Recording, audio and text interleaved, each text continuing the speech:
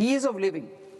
I propose that any interest awarded by the Motor Accident Claims Tribunal to a natural person will be exempt from income tax, and any TDS on this account will be done away with. I propose to reduce TCS rate on the sale of overseas tour program package from the current 5% and 20% to 2% without any stipulation of amount. I propose to reduce TCS rate for pursuing education and for medical purposes under the Liberalized Remittance Scheme, popularly known as LRS, from 5% to 2%. Supply of manpower services is proposed to be specifically brought within the ambit of payment to contractors for the purpose of TDS to avoid ambiguity. Thus, TDS on these services will be at the rate of either 1% or 2% only. I propose a scheme for small taxpayers, wherein a rule-based automated process will enable obtaining a lower or nil deduction certificate instead of filing an application with the assessing officer. For the ease of taxpayer holding securities in multiple companies, I propose to enable depositories to accept Form 15G or Form 15H from the investor and provide it directly to various relevant companies. I propose to extend time available for revising returns from 31st December to up to 31st March with the payment of a nominal fee. I also propose to stagger the timeline for filing of tax returns. Individuals with ITR 1 and ITR 2 returns will continue to file till 31st July, and non-audit business cases or trusts are proposed to be allowed time till 31st August. TDS on sale of immovable property by a non-resident is proposed to be deducted and deposited through resident buyers and his or her PAN-based challan instead of requiring a TAN, which is a temporary accounting number. To address practical issues of small taxpayers like students, young professionals, tech employees, relocated NRIs, and such others, I propose to introduce a one-time 6-month foreign asset disclosure scheme for these taxpayers to disclose income or assets below a certain size. This scheme would be applicable for two categories of taxpayers, namely, A, who did not disclose their overseas income or assets, and B, who disclosed their overseas income and or paid due tax but could not declare the asset acquired. For category A, the limit of undisclosed income or asset is proposed to be up to 1 crore rupees. They need to pay 30% of fair market value of asset or 30% of undisclosed income as tax and 30% as additional income tax in lieu of penalty, and would thereby get immunity from prosecution. For category B, asset value is proposed to be up to 5 crore rupees. Here, immunity from both penalty and prosecution will be available with a payment of fee of 1 lakh rupees. Rationalizing penalty and prosecution. Multiplicity of proceedings are hindrance to the ease of doing business. I propose to integrate assessment and penalty proceedings by way of a common order for both. There will be no interest liability on the taxpayer on the penalty amount for the period of appeal before the first appellate authority, irrespective of the outcome of appeal process. Further, quantum of prepayment is being reduced from 20% to 10% and will continue to be calculated only on core tax demand. As an additional measure for reducing litigation, I propose to allow taxpayers to up to to update their returns, even after reassessment proceedings have been initiated, and an additional 10% tax rate over and above the rate applicable for the relevant year. The assessing officer will then use only this updated return in his proceedings. There is already a framework for immunity from penalty and prosecution in the cases of underreporting. I propose to apply this framework for immunity to misreporting too. However, in such a case, the taxpayer will need to pay 100% of the tax amount as an additional income tax over and above the tax and interest due. Penalties for certain technical defaults, such as failure to get accounts audited, non-furnishing of transfer pricing audit report, and default in furnishing statement for financial transactions are proposed to be converted into fee.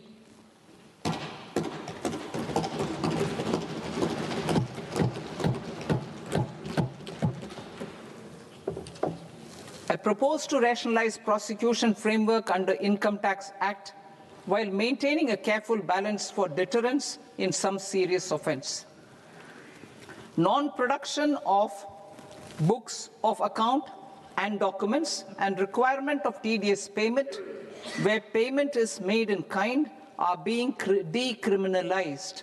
Further, minor offences will attract fine only. The remaining prosecutions will be graded commensurate with the quantum of offence.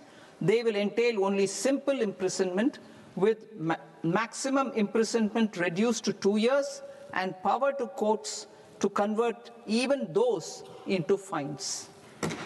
There is no penalty. There is no penalty presently for non-disclosure of non-immovable foreign assets with aggregate value less than 20 lakh rupees. I propose to also provide them with immunity from prosecution with retrospective effect from 1/10/2024.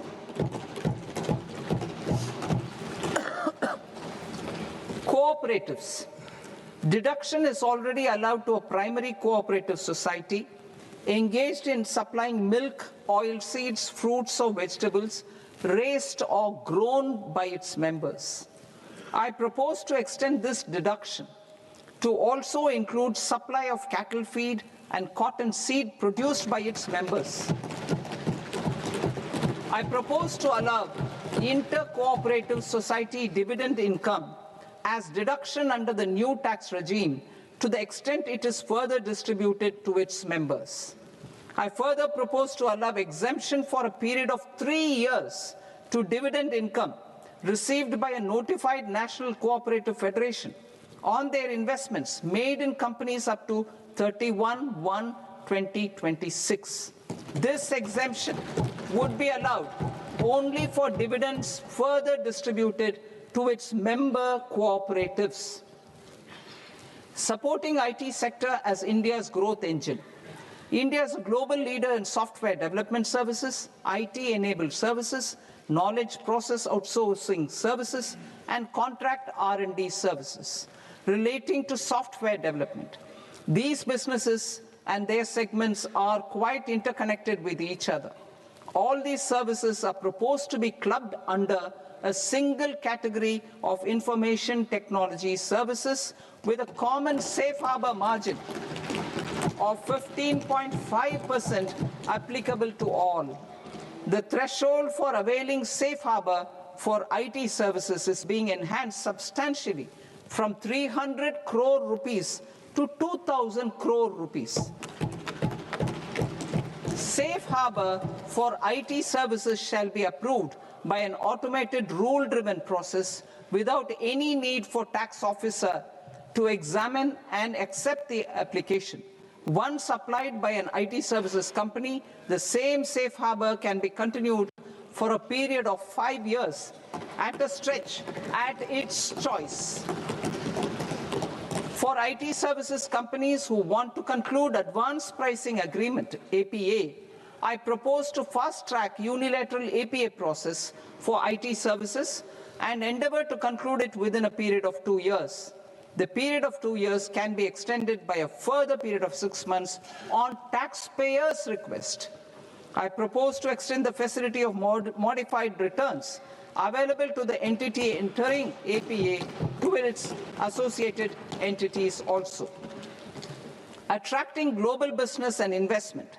Recognizing the need to enable critical infrastructure and boost investment in data centers, I propose to provide tax holiday till 2047 to any foreign company that provides cloud services to customers globally by using data center services from India.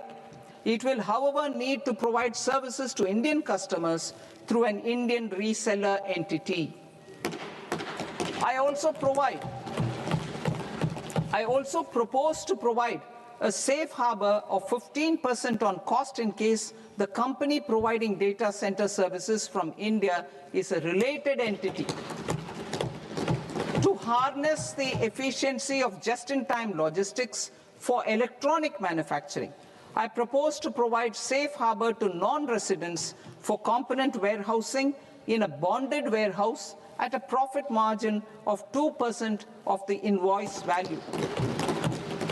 The resultant tax of about 0.7% will be much lower than in competing jurisdictions.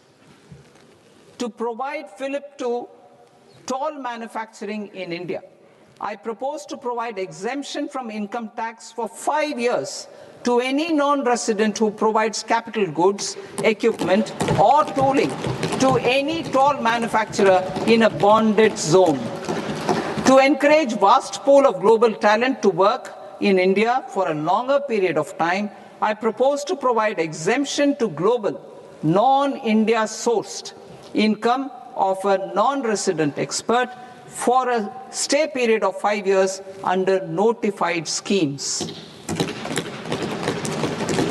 I propose to provide exemption from minimum alternate tax, the MAT, to all non-residents who pay tax on presumptive basis. Tax administration. I propose to constitute a joint committee of Ministry of Corporate Affairs and Central Board of Direct Taxes for incorporating the requirements of income computation and disclosure standards, the ICDS, in the Indian Accounting Standards, Ind AS itself.